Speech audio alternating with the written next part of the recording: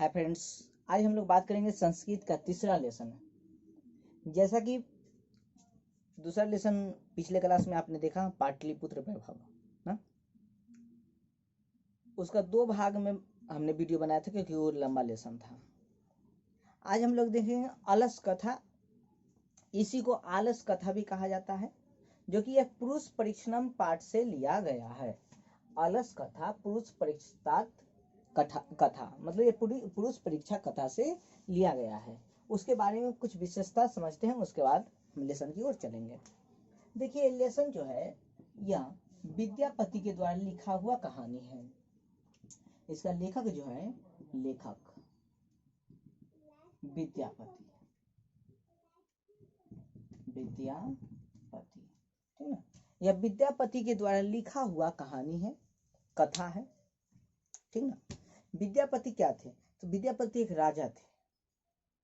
कहा जाता है कि 2 ही ऐसे राजा हुए जो बहुत ही ज्ञानी माने जाते हैं। पहला राजा जनक जी, ठीक ना, वो भी बिहार के थे। देखो, बिहार और नेपाल के समीप पे थे ना। दूसरा थे ए विद्यापति, जो कि विद्यापति कहाँ के रहने वाले थे? तो ये मैथिली के रहने वाले थे। मैथिली दरभंगा जो कहते हैं, दरभंगा, तो दरभंगा अब उसका नाम पर है, आधुनिक नाम उसका दरभंगा है, लेकिन उसका प्राचीनतम नाम देखा जाए, पुराना नाम देखा जाए तो उसका मैथिली ही था। तो विद्यापति जो थे ये मैथिली के कवि थे, मैथिली कवि, ठीक ना, कवि। इसके साथ साथ ही ज्ञानी भी थे। अब मैथिली के कवि थे तो कितना बड़ा कवि थे? बहुत बड़ा कवि थे। ये दो विषय के ना बहुत ज्यादा जानकार थे। एगो मैथिली भाषा के, दूसरा संस्कृत भाषा के। ये 2 विषय के भाषा में ना, 2 भाषा के बहुत बड़े जानकार थे। पहला मैथिली भाषा और दूसरा आपका था संस्कृत भाषा। ठीक दोस्तों, संस्कृत भाषा। ये विद्यापति जो थे ये 2 भाषा के बहुत बड़े जानकार थे। पहला मैथिली भाषा और दूसरा संस्कृत भाषा, ठीक है। ये संस्कृत भाषा में ही पुरुष परीक्षणम पाठ लिखे थे। पुरुषम परीक्षात जो लिखे, पुरुष परीक्षा जो लेसन लिखे वो संस्कृत भाषा में ही लिखे थे। लेकिन इसको हिंदी में अनुवादन करके, हम लोग देवनागरी भाषा में इसी को अलस कथा नाम दे दिए। उसी को काट करके अलस कथा बना दिया गया। ठीक, तो ये पूछेगा आपसे कि विद्यापति कौन थे? तो विद्यापति एक मैथिली कवि थे। मैथिली के कवि कौन थे? तो विद्यापति थे। अब विद्यापति ने क्या लिखा? आलस कथा। आलस कथा के लेखक कौन है या कथाकार कौन है? तो आलस कथा के कथाकार जो है वो विद्यापति है। कौन है? विद्यापति। विद्यापति कहाँ के रहने वाले थे? मैथिली के रहने वाले थे, मैथिली के राजा थे, ठीक है। अब इनके राज दरबार में ना एक मंत्री था। मंत्री तो ऐसे बहुत था, लेकिन एक मंत्री था वीरेश्वर नाम का मंत्री। वीरेश्वर नाम का मंत्री था। इन मंत्री का सबसे बड़ा स्वभाव था कारुणिक हृदय वाला मंत्री था। मतलब जिसको जो चीज का आवश्यकता होता था ना, वो चीज दे देते थे, उसको आराम से दे देते थे, बेहिचक। एकदम न सोचते थे, न समझते थे, न बुझते थे, न किसी प्रकार की समस्या ये उत्पन्न नहीं करना चाहते थे। ये सीधे क्या करते थे, वीरेश्वर क्या करते थे, उसको अब जिसको भी आवश्यकता पड़ती थी वो चीज को दे देते थे। ठीक, अब दे देते थे। जैसे कोई को कपड़ा की आवश्यकता है तो कपड़ा लेने आया, कपड़ा दे देते थे ना। भोजन की आवश्यकता है, भोजन ले लेता था। रहने के लिए जगह नहीं तो उसके लिए एक अलग साला बना दिया गया था। और धीरे धीरे क्या किया गया, उस साला का नाम बदल करके अलस साला रख दिया गया। अलस साला, जैसे पाठशाला पढ़ते हैं, पाठशाला होता है ना, विभिन्न तरह के शाला होता है, गौशाला होता है, पाठशाला होता है, प्रयोगशाला होता है, विभिन्न तरह के शाला होता है। उसी तरह की यहाँ पर वीरेश्वर ने क्या किए, वीरेश्वर मंत्री साहब ने क्या किए, कारुणिक हृदय वाले व्यक्ति थे। कौन थे वीरेश्वर? कौन? मंत्री। कहाँ के? मैथिली मंत्री, मैथिली के मंत्री थे। अभी क्या थे, कारुणिक हृदय वाले थे, इसलिए क्या किए, एक महल बनवाए। अब देखिए कथी कि हमारे राज दरबार में हम राज्य को विकास करना चाहते हैं, तो विकास करना चाहते हैं तो इसके लिए एक महल बनवा दिए। क्या किए? महल बनवाए। और जो महल बनवाए ना तो उसमें लिखवा दिए कि इसको भी जो चीज की आवश्यकता हो ना वो रह करके आराम से खाना पीना कर सकता है। अब आप ही को कोई चीज फ्री ऑफ कॉस्ट मिलेगा, भोजन है, रहना है, खाना है, टोटली सामग्री आपको एकदम मिलेगा वहां पर। क्या आप काम करिएगा? नहीं करिएगा। आराम से उसी मतलब उसी तरह वहां के आदमी सब क्या हुआ कि मैथिली के लोग सब क्या हुआ कि इस साला में भर्ती होना शुरू हो गया, मतलब आकर के रहना शुरू हो गया। आकर रहा 2 गो 4 गो, शुरुआत में तो इसी तरह रहा। आज जैसी जैसी देखा कि धीरे धीरे धीरे धीरे धीरे धीरे इसकी संख्या बढ़ते चली गई। किसकी? आलसियों की संख्या बढ़ते चली गई। आलसियों की संख्या बढ़ते चली गई। ये सोचे ना कि अगर हम खाली आलसी को हम महल में रख देते हैं तो जितना काम करने वाला व्यक्ति है, मेहनती व्यक्ति, वो आराम से काम करेगा। ये सोचे कि एक आलूवा खराब होता है तो सारा आलूवा का संगे संगे खराब होता है। हम खराब का आलू को हम निकाल देते तो नीमन का आलू पूरा के पूरा सही हो जाएगा। अब वही सोच के क्या किए वीरेश्वर, क्या किए, ये सोचे कि एक आदमी जो आलसी है ना वो 10 आदमी को आलसी कर देगा। इससे अच्छा कि एक आदमी आलसीवा को हम अलग निकाल देते हैं, और निकाल देते तो जो जो मेहनती आदमी है उसको काम करेगा, वो लोग काम करेगा बेचारा, हमारा राज्य ऐसे विकास कर जाएगा। लेकिन ऊपर लिखा रही कि आलसियों के लिए सारी सुविधा।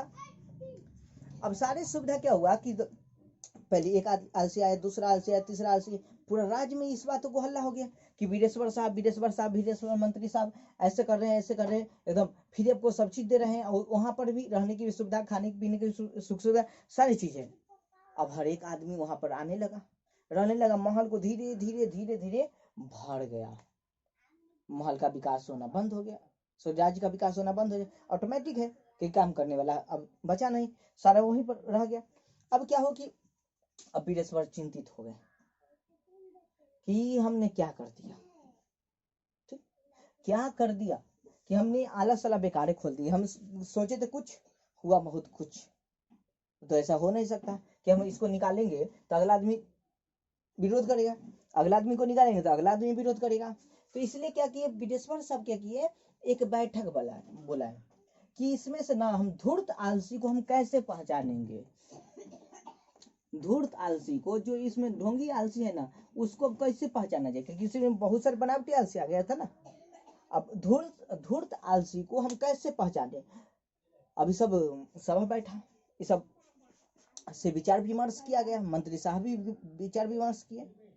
लेकिन वहां पर एक निर्णय निकला कि ऐसा किया जाए कि आला साला में ना आग लगा दिया जाए।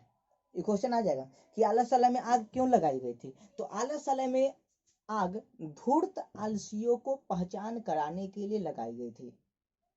ठीक, धूर्त आलसी को पहचान करने के लिए लगाई गई थी, ताकि कुछ उसमें धूर्त आलसी था, कपटी आलसी था, कुछ था कि एकदम सही में आलसी था ना, वास्तविकता आलसी था। उन दोनों में अंतर कराने के लिए, धूर्त आलसी और वास्तविकता आलसी में अंतर कराने के लिए यहाँ पर क्या किया गया, आलसाला में आग लगा दिया गया। आग लगा दिया गया। ओह में भी निर्णय ये निकला कि जब ये सब सुतले रहेगा ना, रात में इसमें आलसाला में रात में आग लगाना, जब सब सो जाएगा तब आग लगाइए, तब मजा आएगा। ऐसा इनका विचार नहीं था कि कोई जड़ का मर जाए, ऐसा विचार नहीं था।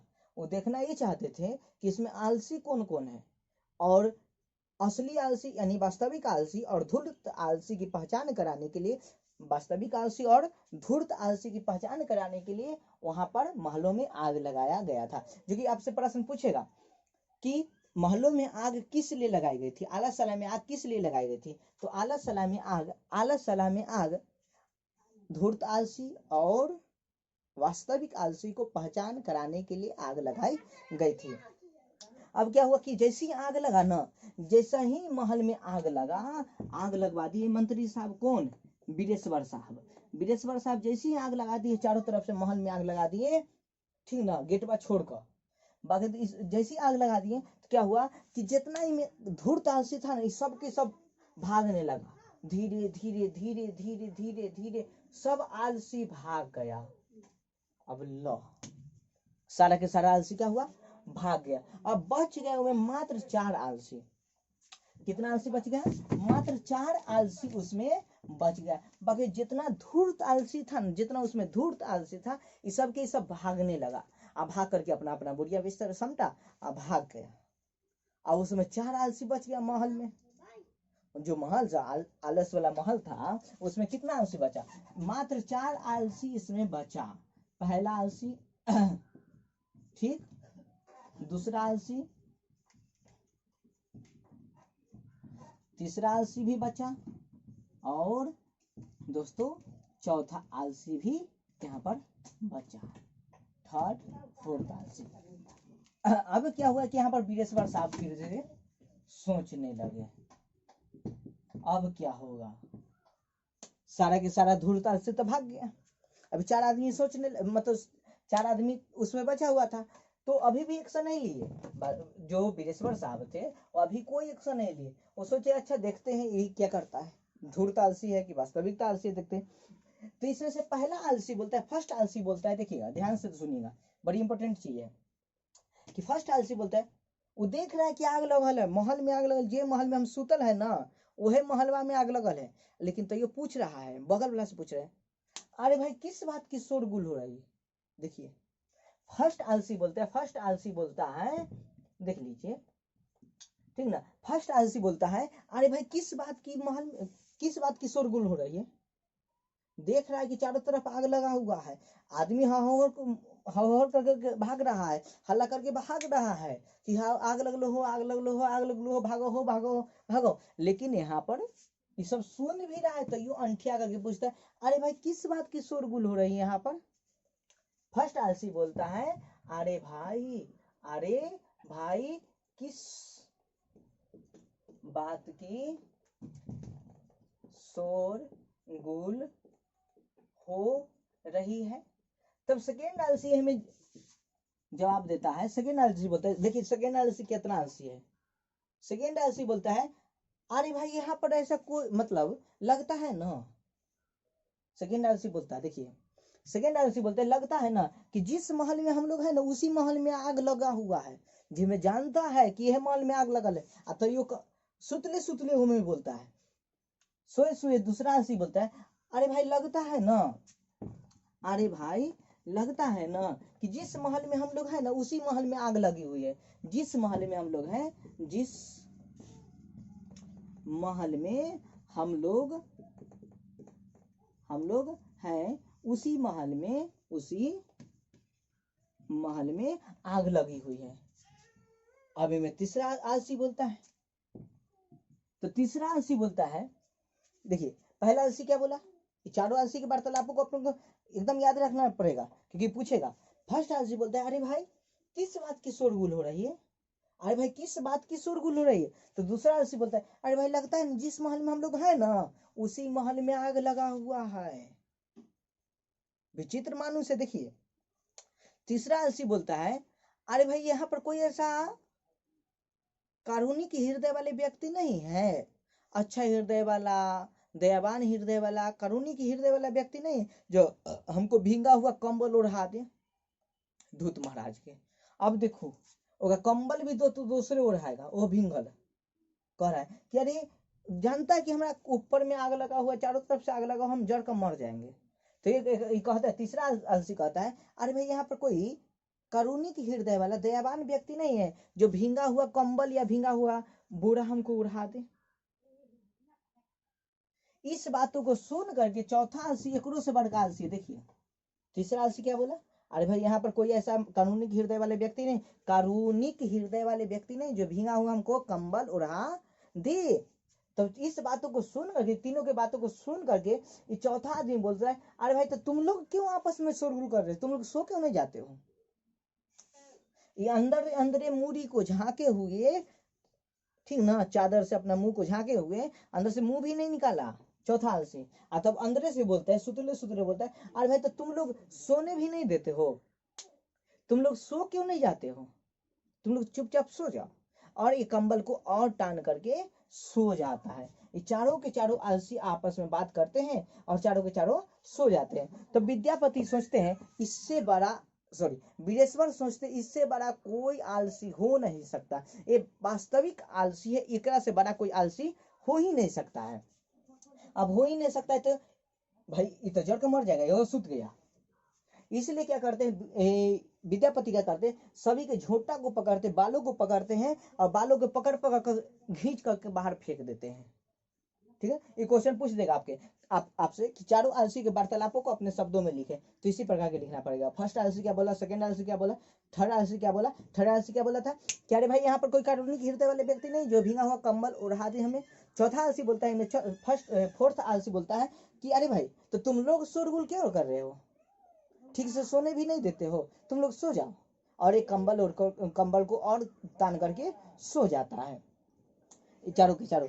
अब इसको निकाला कौन, तो कौन, मंत्री साहब, ठीक है, वीरेश्वर कैसे निकाले, तो बाल पकड़ पकड़ के इसको निकाले।